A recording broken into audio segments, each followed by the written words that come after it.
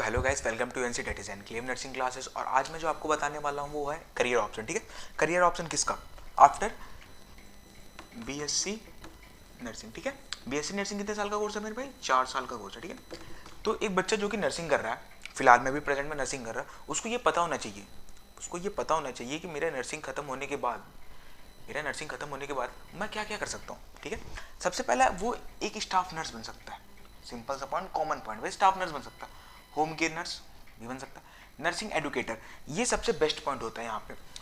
आप एक 4 साल करने के बाद नर्सिंग, बीएससी नर्सिंग करने के बाद आप एक किसी भी नर्सिंग कॉलेज में आप एक एज अ नर्सिंग एडुकेटर बन सकते हो। ठीक है, वहाँ पे बच्चों को जाके पढ़ा सकते हो, आईसीयू की नर्स बन सकते हो और पब्लिक हेल्थ नर्स बन सकते हो। फिर उसके बाद यहाँ पे मैं एक पॉइंट और ऐड करूँगा, आप एक इमरजेंसी फर्स्ट एड नर्स बन सकते हो, फर्स्ट एड नर्स बन सकते हो। गवर्नमेंट ऑफ इंडिया इस पर बहुत ज़्यादा अभी फोकस कर रही है फर्स्ट एड नर्स पे। ठीक है, ये हो सकता है फर्स्ट एड नर्स। उसके बाद हम गवर्नमेंट जॉब की बात करते हैं तो देखो, ऐसा कोई भी पेपर नहीं है जिसके लिए बीएससी नर्सिंग वाले बच्चे एलिजिबल नहीं होते हैं। ठीक है, अगर फ्रेशर की बात मानते हैं, जैसे नॉर्सेट हो गया, ईएसआईसी हो गया, आपका केजीएमयू का पेपर हो गया, आरएमएल का पेपर हो गया, है ना। फिर उसके बाद यूपी नर्सिंग वाले जितने भी पेपर्स होते हैं, ये सब में बीएससी नर्सिंग के बच्चे एलिजिबल होते हैं पेपर देने के लिए।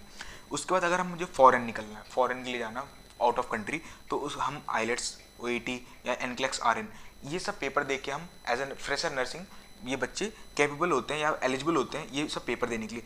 ये पेपर दे के जो बेस्ट कंट्री है, प्रेजेंट में जो बेस्ट कंट्री है वो या तो दुबई है, उसके बाद आपका स्विट्जरलैंड भी है, और क्या कहते हैं, जर्मन है, और फर्दर और जैसे ऑस्ट्रेलिया वगैरह हो गए। तो ये सब कंट्री में जाने से फ़ायदा ये रहता है कि हमें एक्सपोजर बहुत अच्छा खासा मिलता है। ठीक है, फॉरेन बहुत सारे बच्चे हो जाते हैं नर्सिंग के जो रहते हैं, वो उनका एक सपना रहता है या एक माइंड ऑफ थ्रीट रहता है, मतलब वो सोचते हैं कि आउट ऑफ कंट्री जाए।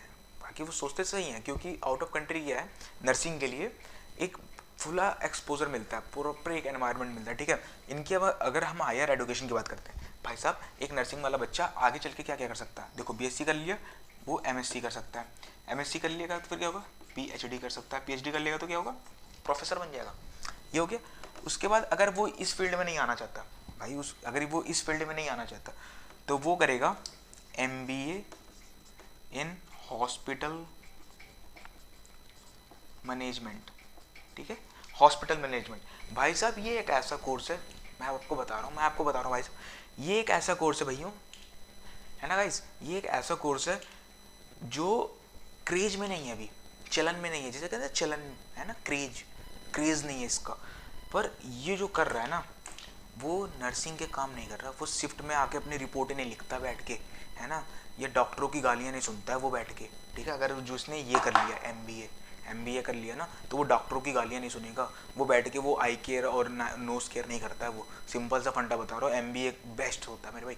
एमबीए अगर आप एमबीए कर लिए ना, अगर आपने एमबीए कर लिया तो सीधा आपको एक पोस्ट मिलता है हॉस्पिटल में, कोई एक मैनेजमेंट का पोस्ट मिलता है आपको। ठीक है, सैलरी की बात करते हैं, अगर बीएससी नर्सिंग आप फ्रेशर हो तो आपकी जो सैलरी होगी, देखो सैलरी अलग अलग स्टेट में अलग अलग अप डाउन हो सकती है, लेकिन मैं मेट्रो स्टेट बता रहा हूँ, जैसे लाइक दिल्ली वगैरह में, तो दिल्ली में इसकी जो स्टार्टिंग होती है वो 20 to 25,000 होती है, 20 से 25,000 रुपये। लेकिन मैं अभी बताऊंगा MBA is the best course. ठीक है, फर्दर इसके रिलेटेड कोई भी कॉम्प्लिकेशंस हो या कोई भी प्रॉब्लम हो तो आप मुझे डिस्क्रिप्शन में बता सकते हो, as well as thank you for the watching of this. Thank you sir.